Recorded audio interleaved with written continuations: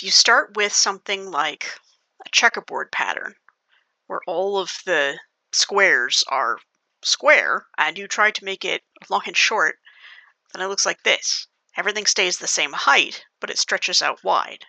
On the other hand, if you try to make it narrow and tall, then everything stays the same width, but the squares get taller and they turn into rectangles.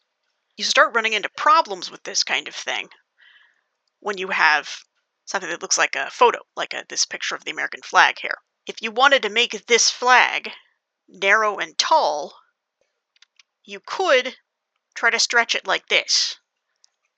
But that looks really weird, and the further you go, the more obvious it becomes that it's not actually the correct dimensions for a flag.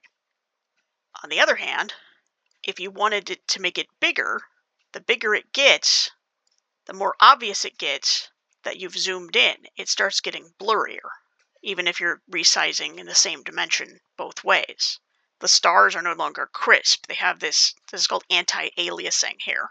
Another problem people have is sometimes they have a tall, narrow image, like this image of the Statue of Liberty, and they want to make it square. You could try to make it square, but the closer you get to square, the more obvious it becomes that that's not what the Statue of Liberty is supposed to look like. One thing you could do is do what's called cropping the image. Okay, I just want that part, but then you're missing the bottom part. You can go even further if you want to make a short, wide image and do that.